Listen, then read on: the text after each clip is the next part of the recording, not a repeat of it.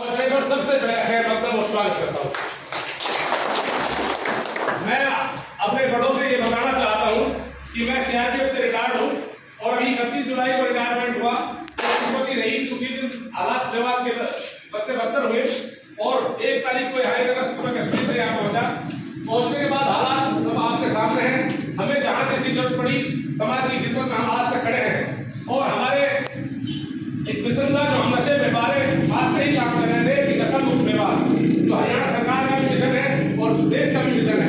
लेकिन हमारी अपनी सोच थी कि हम व्यवहार एजुकेशन में सबसे पीछे हैं और हम कमजोर भी हैं, हम फाइनेंशियल मेरिट में भी पीछे हैं और जब हमारे पास एजुकेशन नहीं है समझो कुछ नहीं है, ऊपर से हमारे नशा आ गया। उस नशे की जड़ी ये और बुराइयां हैं, चाहे उसमें गौकशी हो चाहे दूसरी बुराई हो चाहे और ऐतराज हो। ये जो नशा आया है इसमें कहीं न कहीं नशा दोषी है हमारे समाज को तितर करने में या हमारे अंदर कमी करने में, ये देखा गया है। मैं सबसे पहले तो आगे ये करना चाहता हूँ आप पूरे बड़े बुजुर्गों का इससे सामने कि हर गांव में करीबन नशा बेचा जा रहा है।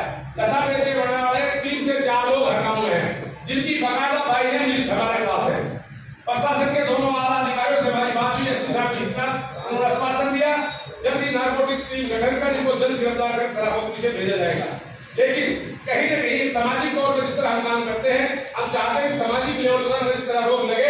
जैसे 325 पंचायत के सरपंच डॉक्टर रवि खतौड़ी बैठे कि पंचायत को बार-बार मैसेज दिया गया कि पंचायत अपने लेवल पर काम कर रही है। अगर गांव-गांव पंचायत होकर सच्चे मन से अगर कुछ लोग उसको खराब ना करें पंचायत की भावना को, तो मुझे उम्मीद है कि इंशाल्लाह यहाँ बहुत जल्द विवाद का नशा हो सकता है और नशे को रोकने की सख्त जरूरत है। ये हमारी कमांडो टीम समाज सुधार की पहली कोशिश है। हमारे उसके बाद में समाज की और जरूरियात है, जहां पर गरीब यतीम माजूर मजलूमों की मदद का जहां मामला आता है। हमने 3 महीने 3.5 महीने के अंदर 4.5 महीने होने जा रहा है, 4 पूरा नहीं हुआ, 4 महीने नहीं हुए, 57 यतीम बहनें जिनके माँ बाप नहीं है, भाई नहीं है, वो हिंदू हो या मुसलमान, हमारे धर्म कोई मायने नहीं रखता। हमारी टीम इस तरह की टीम है और उसी का हम संदेश सब धर्म सभाओं के तौर पर हमें देना चाहते हैं और समाज को बताना भी चाहते हैं कि हमें बांटे नहीं, ना हम बढ़ सकते ना कभी हम बटे थे। हमें गुमराह ना करें और गुमराह करने की कोई कोशिश भी ना करें। इंशाअल्लाह विवाद के अंदर पढ़े लिखे लोग हैं जो समाज को अपने को कवर करेंगे और किसी भी हाल में अपनी नौजवान पीढ़ी को खराब ना होने देंगे। खासकर हमारी नौजवान पीढ़ी जो नई आती है उसको नशे की लत होने के कारण इसमें ऐप आ गया है, उस ऐप को भी कंट्रोल करने के लिए हमें काम करना पड़ेगा। तो हमने बताना चाहते 57 यतीम बहनों के लिए हमने मदद की, फ्री ऑफ कॉस्ट ओपन दान लिया, ओपन दिया। यही वो समाज के बुद्धिजीवी लोग हैं। ऐसे करीबन 450 मेंबर्स हैं हमारे जो अपने आप डोनेशन करते हैं। उनको हम बताते हैं भला गांव में भला लड़की, ये हालात है, बाप ये करता है, उसका ये घर है, ये मकानात है, ये बस्ती बोल रही है, तो वहां टीम जाकर विजिट करती है, फिर उसके बाकायदा डेट करके सामान भेजकर घर नीचे का पैसा इसलिए नहीं देते जरूरत के तौर पर लोग यूज कर लेते पैसे को। उसके बाद दूसरी मुहिम चली, हम डॉक्टर साहिबान से बराबर मुलाकात की तो डॉक्टर साहब पहले ही बड़े फिक्रमंद पाए। मेवात के नूह के अंदर हमारे शुरू मिशन किया। डॉक्टर हमारे बीच में जनाब अब्दुल साहब बैठे, मुकीम साहब बैठे, अस्फाक साहब, हमारी अजीम साहब, 4 डॉक्टर साहब से हमारी मुलाकात हुई। चारों डॉक्टर साहब ने ये कहा गरीब जिसको मुस्तहिक आदिल साहब और हुसैन हॉस्पिटल जितने भी गरीब मुस्तहिक लोग ऐसे लगे जो वाकई तुम टीम पे विजिट करके आ जाओ, ये गरीब है, सर्टिफाइड कर दो, हम उनका फ्री इलाज करेंगे। तो ये लोग भी उसके बाद आगे आए, तो इनका सबका विश्वास है इस चीज पे।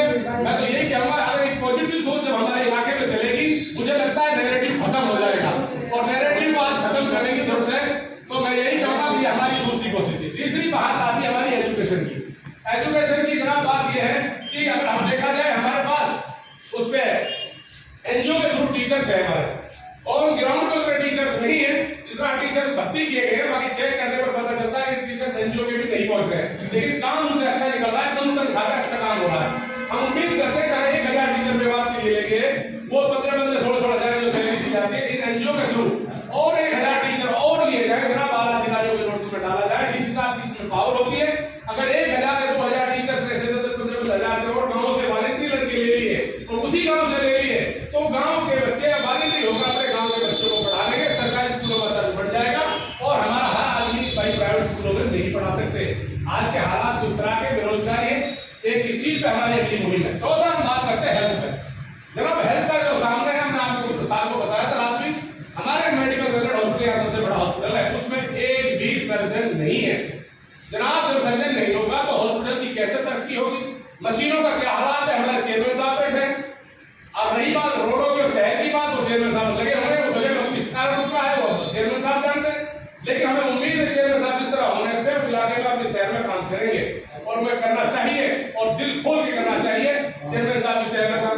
हमारी हॉस्पिटल की केयर जरूर करें कि उसमें सर्व धर्म के लोग थे, जिसको मैंने देखा था दंगे से 5वें दिन जब मकान तोड़ दिए गए, दुकान तोड़ दी गई, मेरे पास लोग कहानी सा फोन आता है कि हिदायत कमांडो भाई एक काम कर सकते हो, मैं बताओ कि यहाँ पर 1000 करीबन पेशेंट और अटेंडर हैं और हमारा स्टाफ है, 24 घंटे से कुछ खाया पिया नहीं है, अपना महसूस हो चुका है, जो चाय का संसाधन था वो भी बंद हो गया।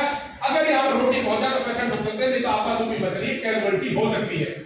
सर मैंने 2 से 3 घंटे के अंदर दूसरे मोहल्ले में बैठा था, वही बस्ती के अंदर रोटी पकी, 50-60 घरों में तुरंत किसी ने 20 रोटी बनाई, किसी ने 30 बनाई, इकट्ठी हमने अपने नाई को बुला के दाल बनवाई, दाल में 100-200 रुपए जमा खड़े सब इकट्ठे कर लिए और फौरन कर्फ्यू के हालात में हम लोग यहाँ पर पहुंचे। डॉक्टर साहब, आमिर साहब, डॉक्टर आदिल साहब, सर प्लीज।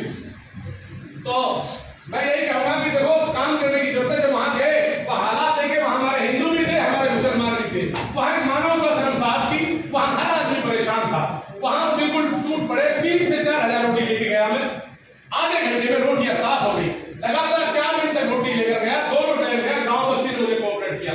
गांव को मैंने बोला हर मोहल्ले मस्जिदों में ऐलान होता है रोटी खाएंगे हॉस्पिटल, तो मस्जिदों में ऐलान होकर चंदेरी गांव में रोटियां बढ़ती और उसके बाद सब्जी एक जगह हम लोग बना लेते थे। कुछ हमारे नौजवान ऐसे हो किसी ने 5000 दिया, किसी ने 2000 दिया, हमारे पास पैसा सब्जी के लिए हो गया पूरा। तो 4 दिन बाद वहां पर मैच चालू हो गया, क्योंकि 3 दिन बाद ही मैं सर्किट हाउस में एसपी साहब से मिलने पहुंचा। मुझे पता लगा कि समाज सेवियों से एसपी साहब मिल रहे हैं, अपने बिजारे साहब। तो वहां पता चला वहां विवाद विकास सभा के कुछ लोग मिल रहे थे, तो मुझे भी मौका मिला। वहां के अफसर के जो पीए वगैरह थे उन्होंने कहा कमांडर साहब आप जाओ, आपको कोई नहीं रोकेगा।